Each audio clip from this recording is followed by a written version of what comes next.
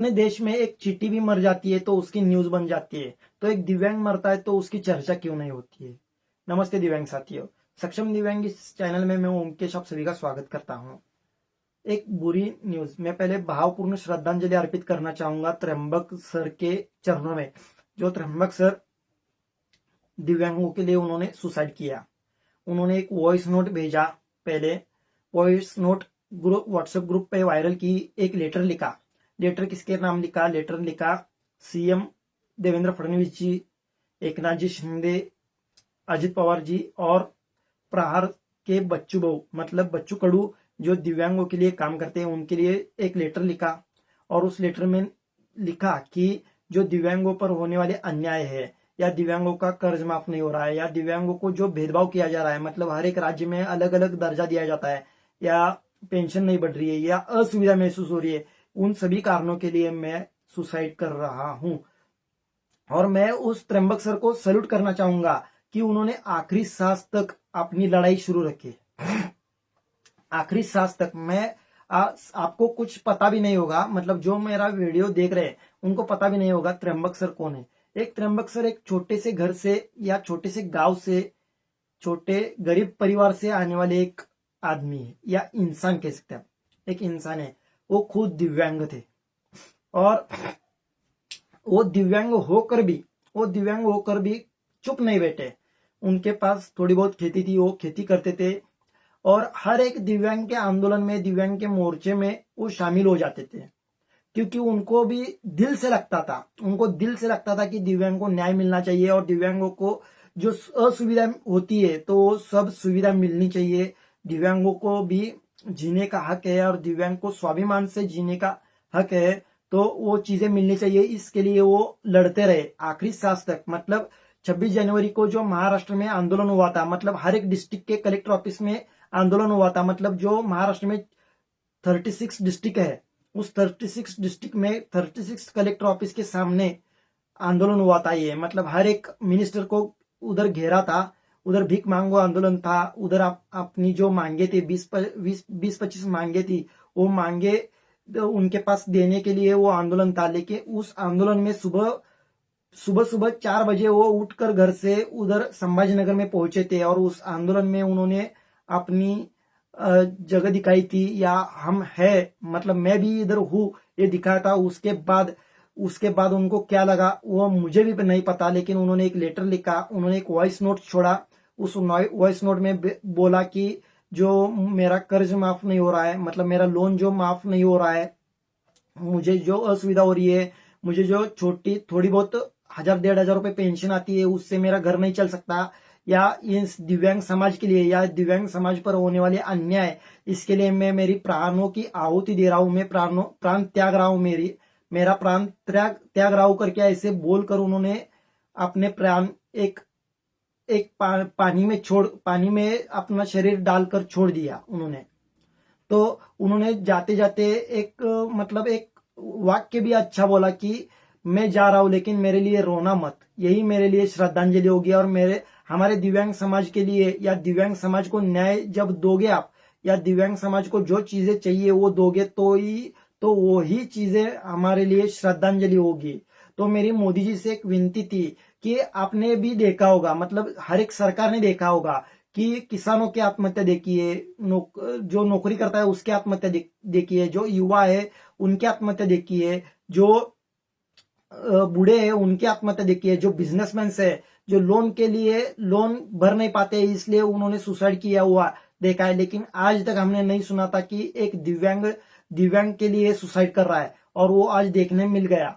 तो ये हमारे लिए काला दिन था कि हमें ये न्यूज पता चली कि हमारा एक दिव्यांग मित्र हमारे लिए, मतलब हमें न्याय मिलना चाहिए, या हमें जो सुविधा नहीं मिलती है वो सुविधा मिलने के लिए एक अलग प्रकार का डिसीजन लेता है, और वो अपने प्राणों को भी त्याग सकता है। तो हम क्या कर सकते हैं? तो हम यही कर सकते हैं कि त्र्यंबक सर, आपको मैं एक शब्द देना चाहूंगा, आपको मैं बोलना चाहूंगा कि आपने जो प्राण प्राण त्यागे है, वो प्राण ऐसे ही व्यर्थ नहीं जाएंगे, ऐसे वो जाया नहीं जाएंगे। हम उस पर आपने जो चिंगारी लगाई है उसका हम आग लगा देंगे, और हम हमारे दिव्यांग समाज के लिए खड़े रहेंगे और हम हमारे दिव्यांग समाज के लिए सक्षम बनाने के लिए, दिव्यांग को सक्षम बनाने के लिए, या दिव्यांग को जो कुछ भी नहीं मिलता है, जो दिव्यांग के हक का है, वो जो नहीं मिलता है वो मिलने के लिए प्रयास करेंगे। एक भी नहीं है, एक भी आदमी नहीं आया उनके लिए। मतलब अगर इनका एकादा नेता को खरोच भी आ जाती है, मतलब जो कौन सी भी पार्टी है उनके नेता को खरोच भी आ जाती है, तो ये ट्वीट पर ट्वीट करने लग जाते हैं, न्यूज चैनल पर आकर बोलते हैं, मदद करने लग जाते हैं, 5-5 लाख, 10-10 लाख, 20-20 लाख मदद करने आ जाते हैं। लेकिन इस त्र्यंबक सर के घर पे गरीबी कितनी है, लेकिन इनके पास कोई भी नहीं गया, इनको मदद करने के लिए कोई नहीं आया। मदद करना तो दूर की बात है, लेकिन सिर्फ 2 शब्द न्यूज चैनल के सामने, न्यूज रिपोर्टर्स के सामने 2 शब्द श्रद्धांजलि पूर्वक शब्द भी बोलने के लिए किसको टाइम नहीं मिला।